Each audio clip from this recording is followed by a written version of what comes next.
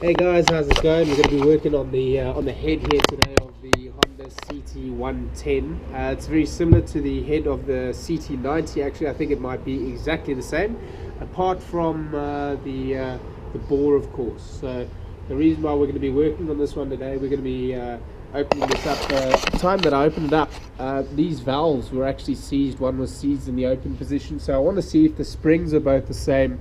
And you can see over here I've got a lot of dirt. The last time I left the video, I just sprayed a lot of solvent WD-40 in there to try and clean it up. So we're going to have to get working now. So how we're going to do this, quite simply, these slide right out, but before they do, they have a little catch on the other side, and the catch is right in here. You can actually see, I don't know if you can see very well, you can see just in under this bolt over here, it's got on the head, it's got these two little bits that come together, and you've actually got to compress this seat down and remove those bits with a magnet, and then you'll be good to go. So the first thing that I'm going to do, guys, is I'm going to go ahead and remove this out. These are going to be the rockers. I'm going to try and get these rockers right out. So I believe they come out the side of the engine over here. Yep, let's get going. I'll remove those. We'll be back in a couple of minutes. Once those are out, I'll show you how to do all of that. And then I'm going to try and do this today without the help of a valve spring compressor, which is what a lot of guys recommend that you got to buy. You've got to stick it in here, press down.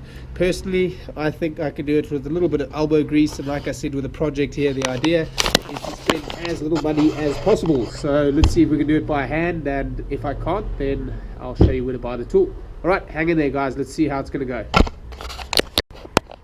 Okay, so first thing you're going to want to do, guys, is slide these little sleeves that the rocker arms sit on right out of the head. Yeah, they come out pretty easily. You just go ahead and grab them with a pliers or something. You can see there, it's not even any force, they just drop right out. Yeah, I'm going to have a look at how they go in and all that sort of thing again. I think that's all part of the process, is learning a little bit more about the bike. That's your rocker arm, guys. It controls over the cam, and that's the bit that is responsible for moving your valves up and down. So there we go, we've now removed those. This one's giving me a little bit of a problem. Come on, there we go. It's good to have all these little holes in the engine so the cam goes through. Alright, so now we can actually see, have a look at that. There's the valve spring right over there. It's very dark. See if we can get you to see.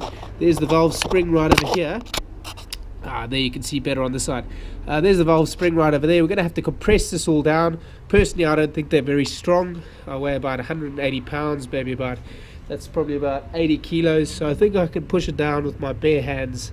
We'll see how it goes. So here we are back now. I've just got all the little bits and bobs out. My one valve was actually seized in the open position because of where the cam was holding it. So that's where the valves go in. They go straight through there. You'll see that. There we go, you can see straight through them, which you should be able to, by the way. If you can't, then you have a real problem, then your valves won't fit in there. So I got a bit of good news and a little bit of bad news for myself. The good news is one of the valves was completely sealed, so it's come out. And where's the spring? So this is what a normal valve spring is supposed to look like when it comes out. Yeah, it's nice and black, covered in engine oil. There's two of them inside one another.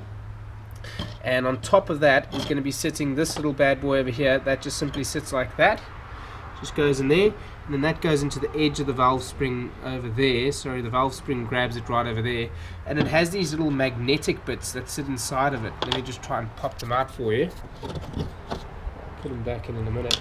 So these two little bits split away from one another, and they come out of the top. So what you've got to do, got to go ahead and press the spring down. I just press the spring down with a screwdriver on the inside, and then once you press the spring down, you've got to use a magnet, and these little magnetic bits will just jump right up to them. Simple as that. Make sure though that you get them both at the same time, otherwise you're going to be having a little bit of a problem getting these little magnetic bits out. If one of them gets stuck like mine did, you're going to have a little bit of a battle getting them out, so make sure of that. Before you do anything, like I said, make sure that your valve isn't seized. You can have a look at my valve and look at how dirty that is. That's just rust. So that's the bad news that I have, is on the one side of my head. Let's have a look over here if I can see it inside. Yeah, I've already cleaned it out a little bit. Let me bring it over here in the light for you guys. So if you have a look at that, that's just dirt of what the valve spring has inside from the exhaust valve. But that, guys, is, yeah, that's rust. So this is carbon. That's quite normal. I'd probably still clean that out. This black on the top of the head's also carbon from the combustion, but that's bad news, and that might have bent my valve. So we'll see how that comes out. So now what I'm going to do is, again, in true spirit of saving some money, I'm going to go ahead, pop it in my Corona bucket. What I'm going to do is I'm going to fill this up with gasoline, and hopefully the petrol, the gas, is going to go ahead and strip all of these carbon deposits about as much as what it can.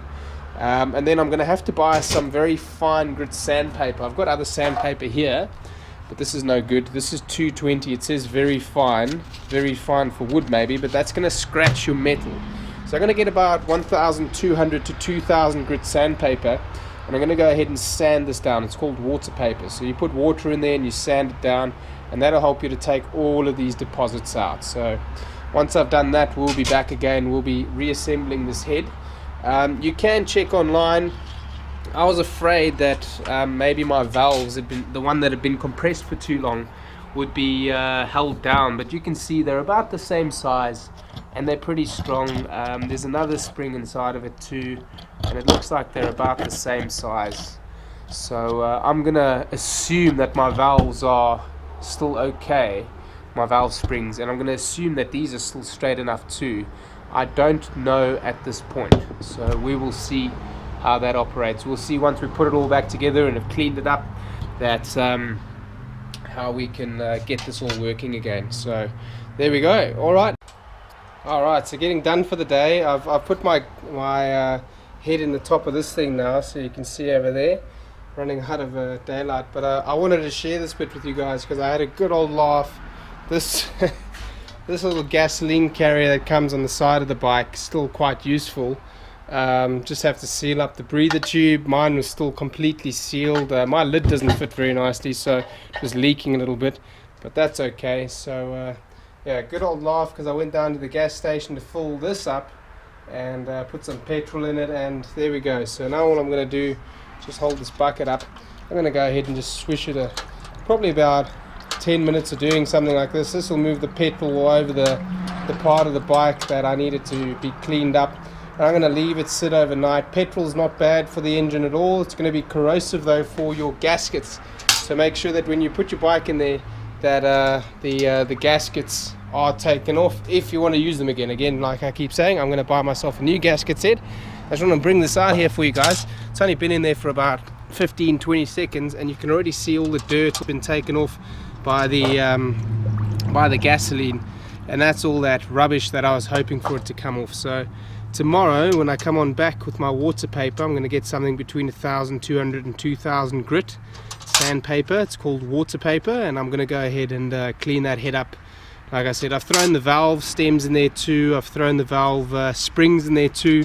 So yeah, just let that sit overnight. Tomorrow when I'll go ahead and clean her up. Once we put it all back together and have cleaned it up, that's how we can get this all working again. So there we go. Alright, hang in for the next one, guys.